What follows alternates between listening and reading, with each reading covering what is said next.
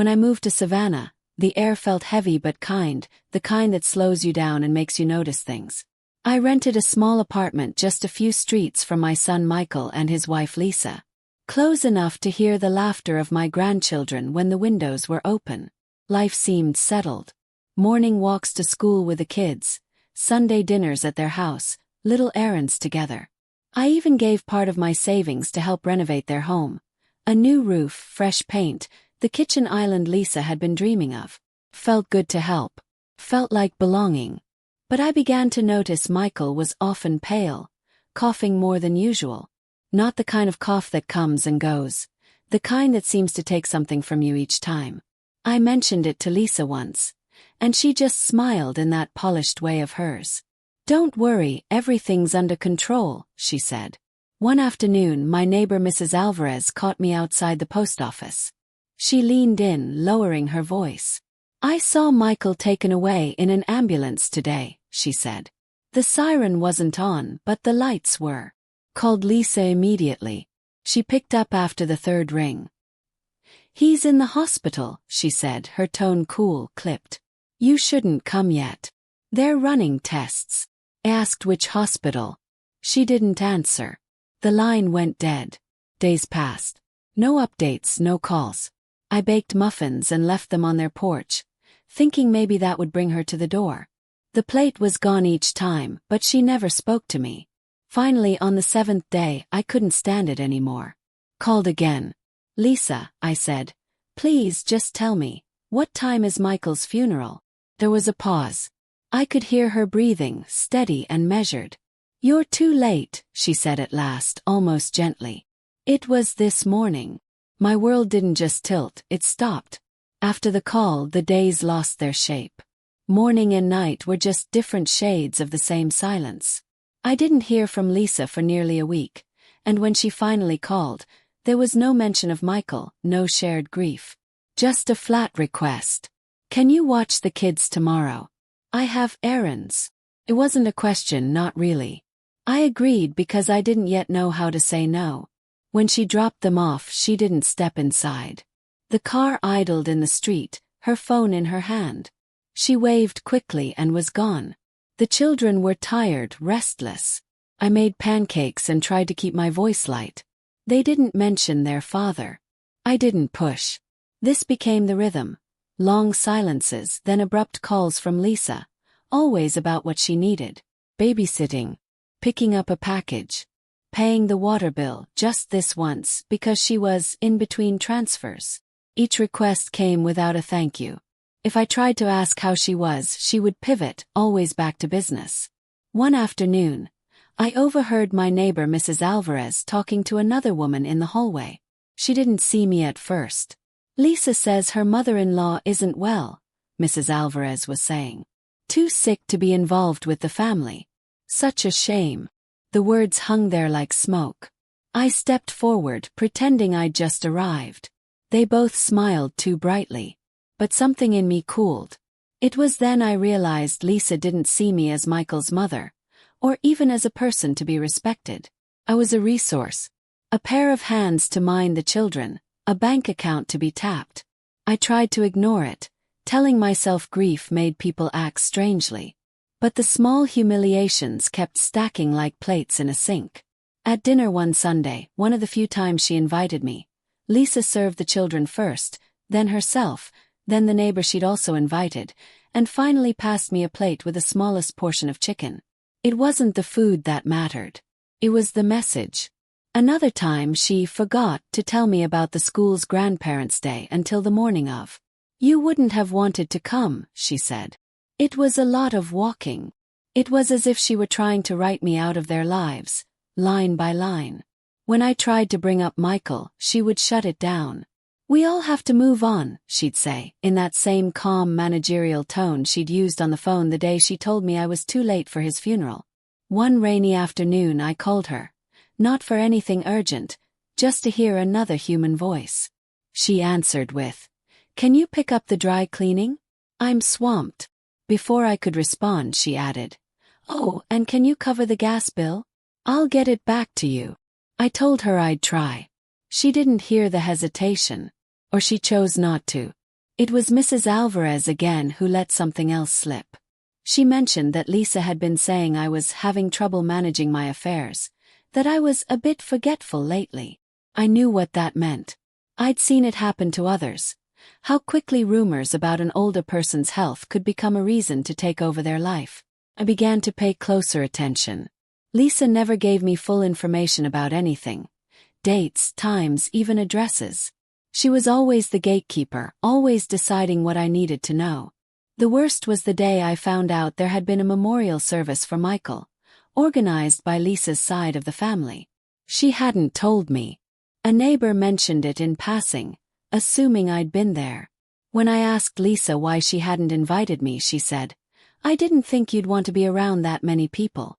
It was such a simple, cold rewriting of reality that I almost admired it.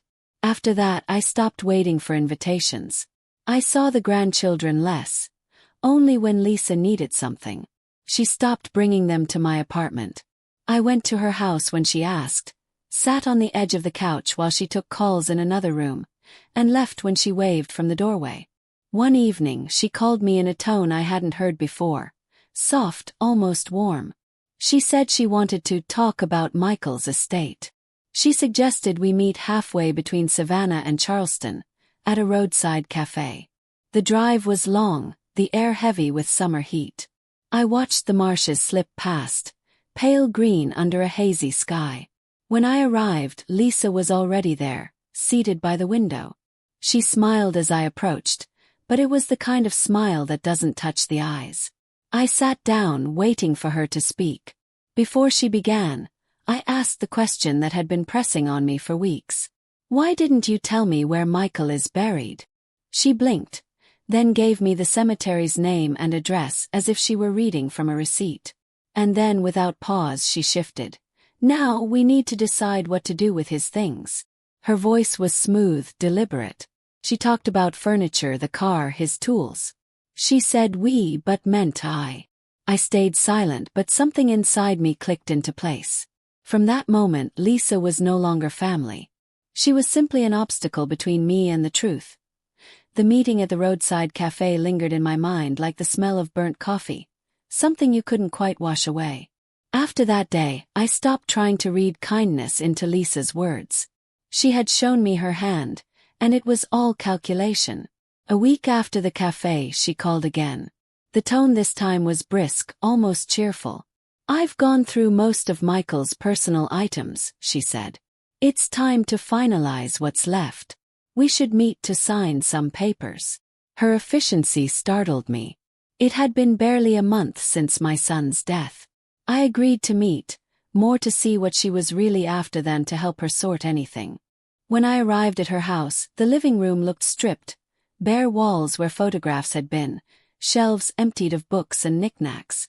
She had boxed up the remnants of Michael's life into neat, labeled cartons stacked against the far wall. "I thought we could start with the car," she said. "It's still in your name, but it makes more sense for me to keep it. You don't drive much."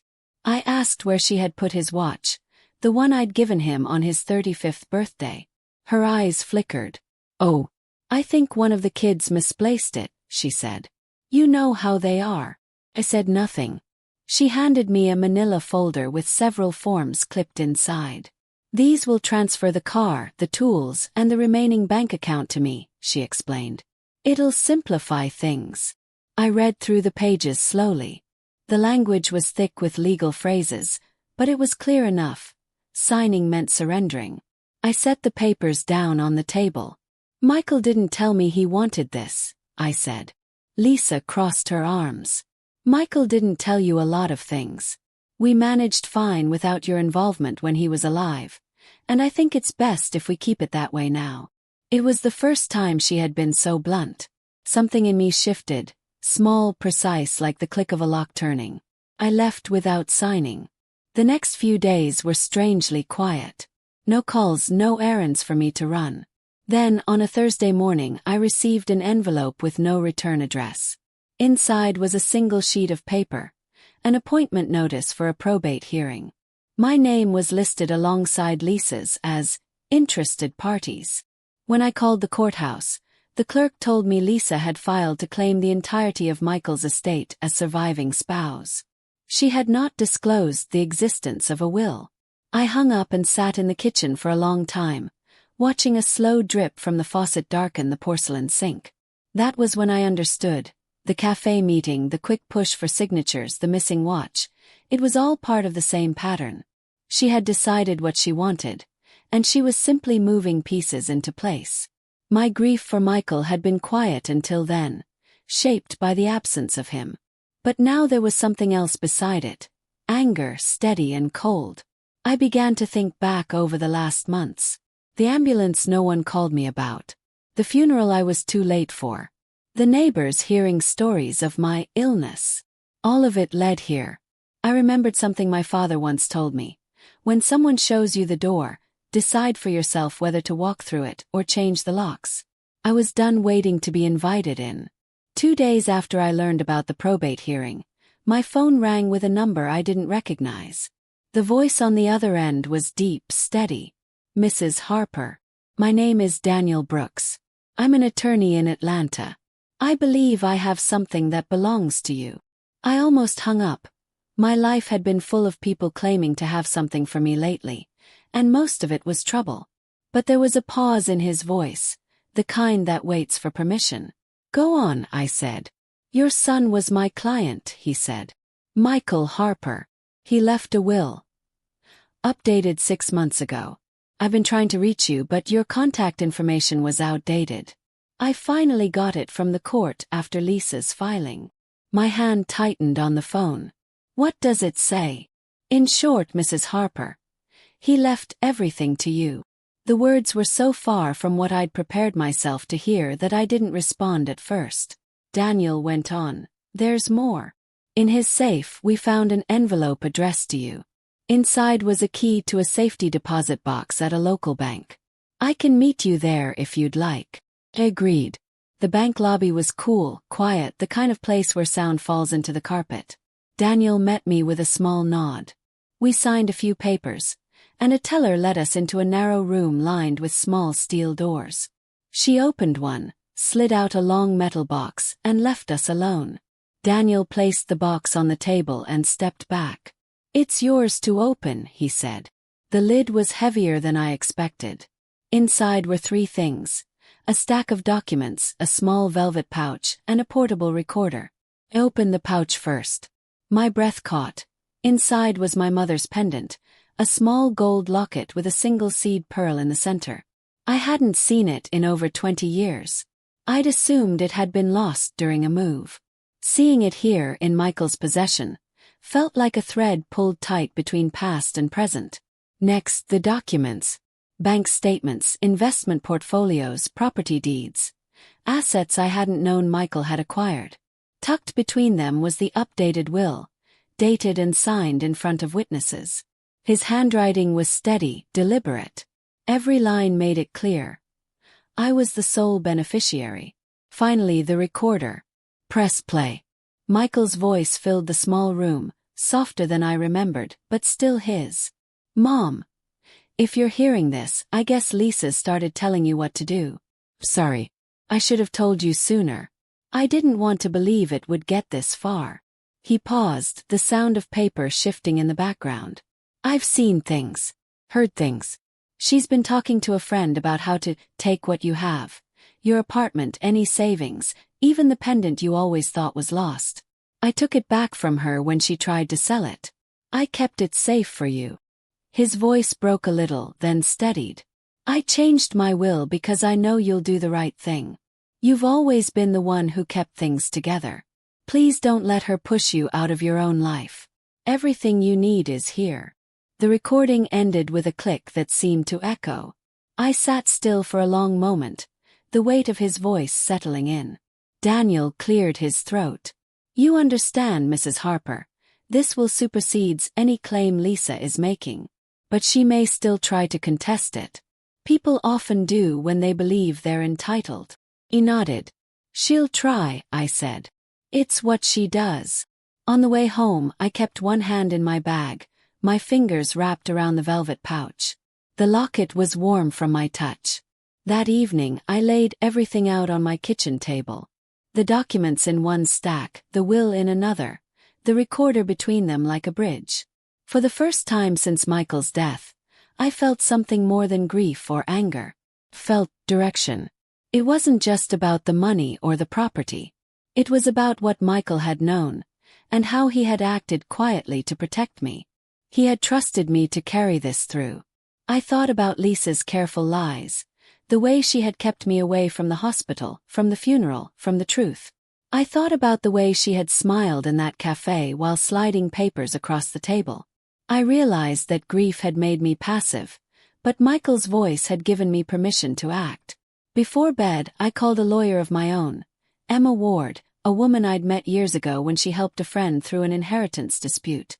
I left a message explaining that I needed her help to secure an estate against a contested claim. The next morning, Emma called back. Her voice was calm, precise. "We'll start by freezing all accounts and assets until the will is verified in court," she said. "We'll also file for a protective order against unauthorized disposal of property." Her efficiency was a relief. I agreed to meet her the following afternoon. When I hung up, I felt the first flicker of something I hadn't had in months. Control. I made tea, sat at the table with Michael's will beside me, and began to write down every detail I could remember from the past weeks. Dates, times, conversations, even small looks or gestures from Lisa that seemed unimportant at the time. The more I wrote, the clearer it became. Lisa's plan hadn't started with Michael's death. It had been in motion for months. But now the pieces had shifted. And for the first time I wasn't reacting. I was preparing. I woke earlier than usual that day. Outside, the world was still a shade between night and morning, a thin strip of gray pressed against the window.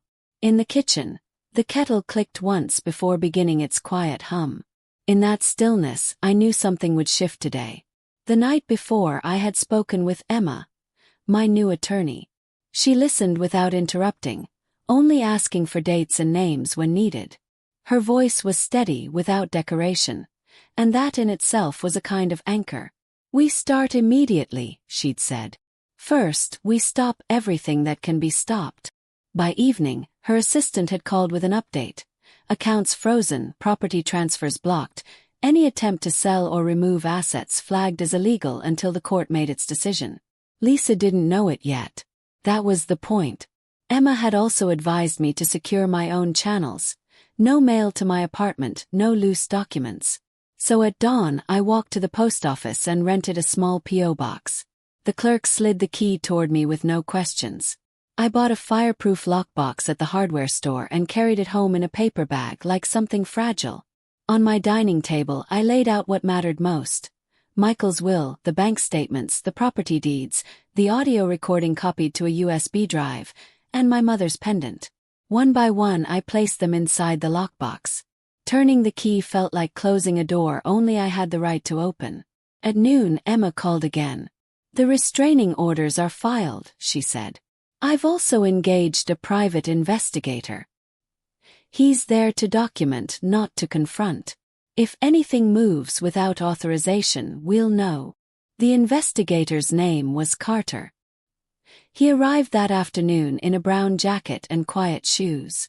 "Your job," he said, "is to be unavailable. Mine is to see what happens when you're not there." We started with Michael's house.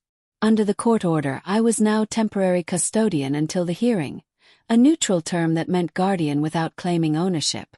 Carter walked the rooms ahead of me, photographing what was left.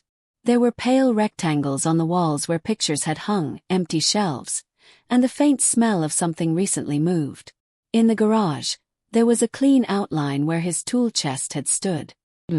Carter noted it against an old insurance list Emma had retrieved. The watch box was missing. So was the framed map my father had given Michael. "Noted," Carter said, his voice low. I stood for a moment in Michael's office. The sunlight fell in a square on the floorboards, the same spot where he'd always rolled his chair at noon, saying it made winter less honest. My hand went to the window latch, then stopped. Touching could be mistaken for tampering. When we were done, I locked the front door twice and put the key in my pocket. That night, The phone rang 3 times from numbers I didn't recognize. On the 4th, Lisa's name appeared. I turned the phone face down and let the screen fade. The next morning, Carter sent me photographs. Lisa at a storage facility before dawn, unloading boxes. One large locked case. He had the unit numbers and the entry logs. Emma moved quickly, filing for access. By evening, the judge had signed the order. We went to the storage site at sunrise. The manager read the papers twice before unlocking the first unit. Inside, Michael's tool chest, the framed map, boxes labeled papers, the small safe from his closet. The second unit held holiday decorations, children's skis, a black suitcase, and a shoebox turned toward the wall. Carter photographed everything without touching. Back home, I made a sandwich I didn't want and ate it anyway. The body still asks for ordinary things, even when the mind is elsewhere.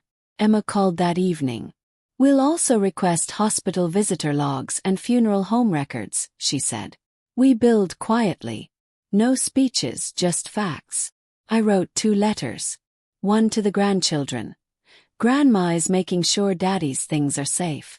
When the grown-ups are finished talking, we'll have a day by the marsh and count the egrets like before. No mention of Lisa. They're not witnesses, they're children. The other letter was to the cemetery. I asked about the marker. The reply came the next day.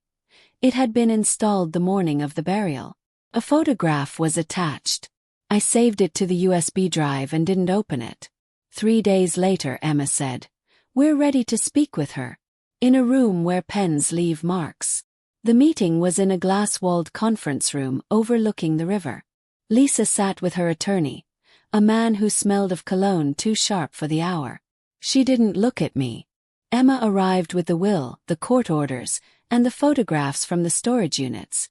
She placed each document on the table, one after another, the sound of paper onward steady and unhurried. Lisa's eyes moved quickly over the pages, then slowed.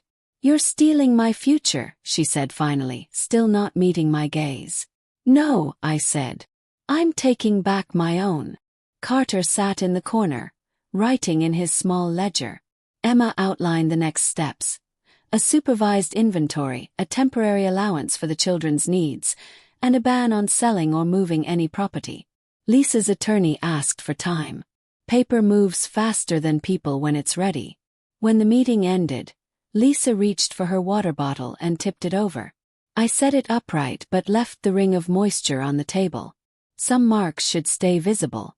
That night, I put the pendant back in its pouch and locked it away. Then I changed my voicemail. If this is about Michael's estate, contact my attorney. If this is family, speak kindly or wait until you can. I turned the phone off and slept. The first week after the meeting was quiet, almost too quiet. Lisa didn't call, didn't text. I thought perhaps she had decided to wait for the court date. But silence from her was never just silence. It was the sound of something being arranged. It began with messages from distant relatives, people I hadn't heard from in years. "I just think you should know Lisa's going through a lot. She feels betrayed. She says you're making things harder for the children." I didn't answer. Emma had been clear. No public arguments, no explanations outside of court. Still, each message was a small test, probing for a reaction. Then came a letter from Lisa herself, delivered not by post but slipped under my door. Her handwriting was neat, deliberate. "You've turned everyone against me. The children miss you, but I won't allow you to confuse them with lies. If you want to be part of their lives, you need to stop this. Sign the papers. Let's move on." I read it twice, then put it in the lockbox without reply. Carter kept watching.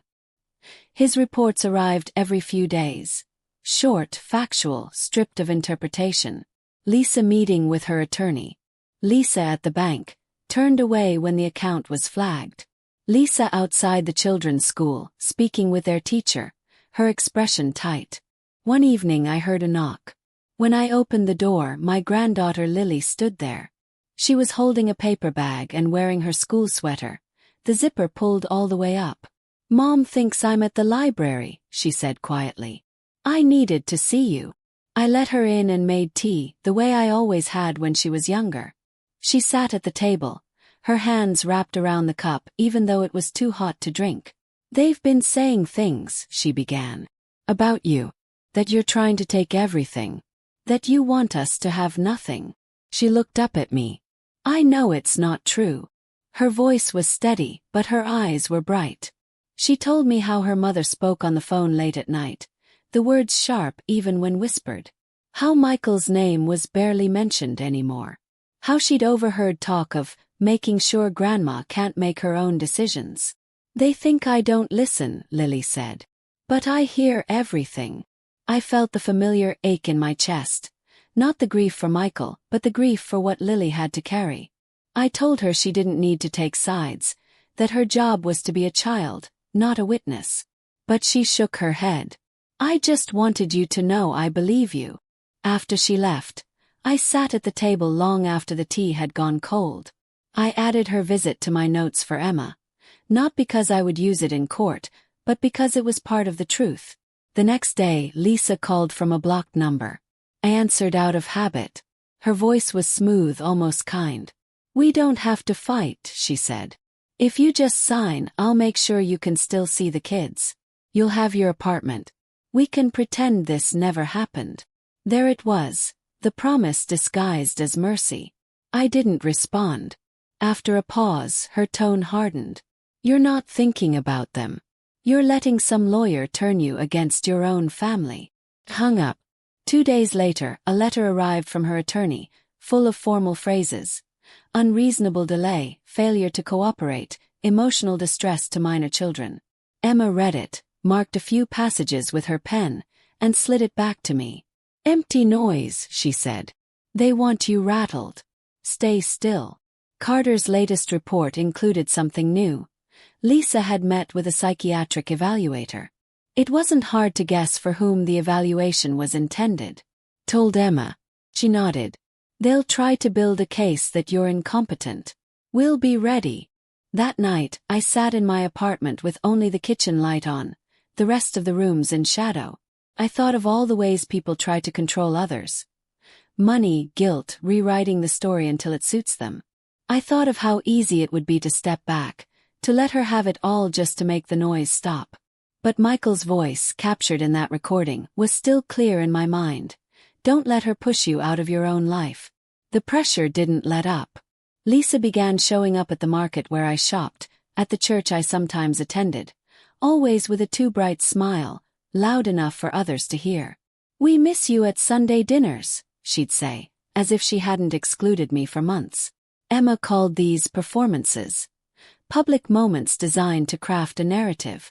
I learned to walk past without slowing, without engaging. One morning I found a card in my mailbox with no signature. Inside was a photograph of the grandchildren, standing on the porch of Michael's house. The caption, in block letters, read, "They need stability." I added it to the lockbox. The court date was approaching, and the tension seemed to sharpen around the edges. Lisa's attorney requested mediation. Emma declined. "We have nothing to negotiate," she told me. "We're not here to split the difference. We're here to uphold Michael's will."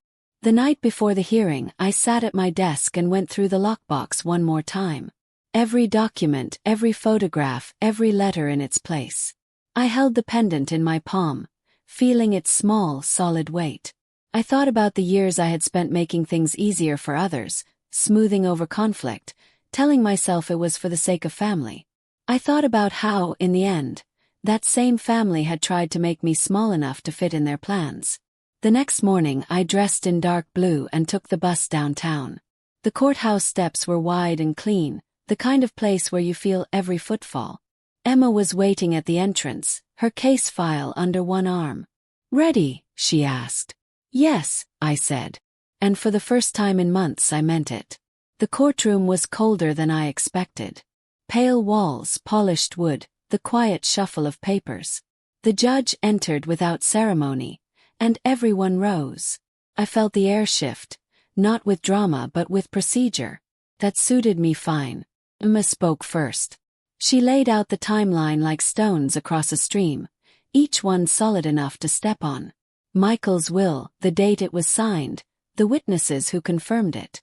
The inventory from the house, the photographs from the storage units, the restraining orders already in place. Each piece landed without flourish, just the weight of fact. Lisa's attorney tried to paint another picture, that I was unstable, manipulated by my lawyer, unfit to manage an estate. He hinted at mental decline without evidence, leaning heavily on innuendo. Emma didn't rise to the bait. If there were such concerns, she said evenly, they could have been addressed long before Mr. Harper's death. Instead, we have clear documentation of Mrs. Harper's active role in his life and affairs. When it was Lisa's turn to speak, she kept her eyes on the judge, not me.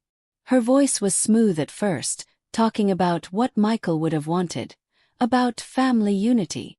But when the recording was played, Michael's own voice, steady and certain, her hands clenched in her lap. Mom, if you're hearing this, I guess Lisa's started telling you what to do. Please don't let her push you out of your own life. The words hung in the air long after the click at the end. Even the judge seemed to pause before speaking again. By afternoon, the decision was read. The will was valid and binding. I was confirmed as the sole beneficiary and executor. Lisa's petitions were denied. The restraining orders would remain in effect until the estate was fully settled. Outside, the winter sun was bright but cold. Emma shook my hand. You did exactly what you needed to, she said. Didn't feel like victory. It felt like balance restored, a scale righted after someone had tried to tip it in the dark. Over the next month, I moved quietly through the work of closing accounts, transferring titles, arranging for Michael's belongings to be sorted with care. Some I kept, his watch, the framed map, the books we'd read together. Others I donated, letting them go into lives that might need them more. I sold the mountain property and the small rental he had owned on the coast. With part of the proceeds, I bought a modest beach house in Wilmington, North Carolina. Nothing grand, just a place where the air smelled of salt and the mornings began with the sound of gulls. Before I left Savannah, I visited the cemetery one last time. The grass had grown thick around the marker. I brought fresh flowers, brushing away a few fallen leaves. I told Michael about the house, about the marsh birds that nested nearby, about Lily and her visits. I didn't mention Lisa. Some things don't need repeating. When the move was complete, I stood in my new kitchen with the windows open. The ocean's voice carried in, not loud but steady. I unpacked the lockbox first, placing the pendant in the top drawer, the will and documents in a small desk, and the recording in a safe place. Not because I thought I'd need them again, but because they were part of the truth. Lily came to stay for a week during her school break. We walked the shoreline in the early mornings, counting the shells that had washed up overnight. She told me she liked it here, that it felt less heavy. I knew what she meant.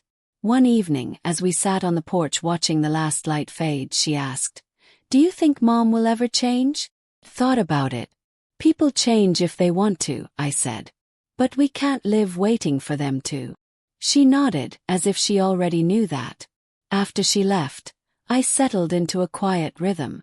Mornings with tea on the porch, afternoons tending the small garden, evenings reading with the sound of waves in the background.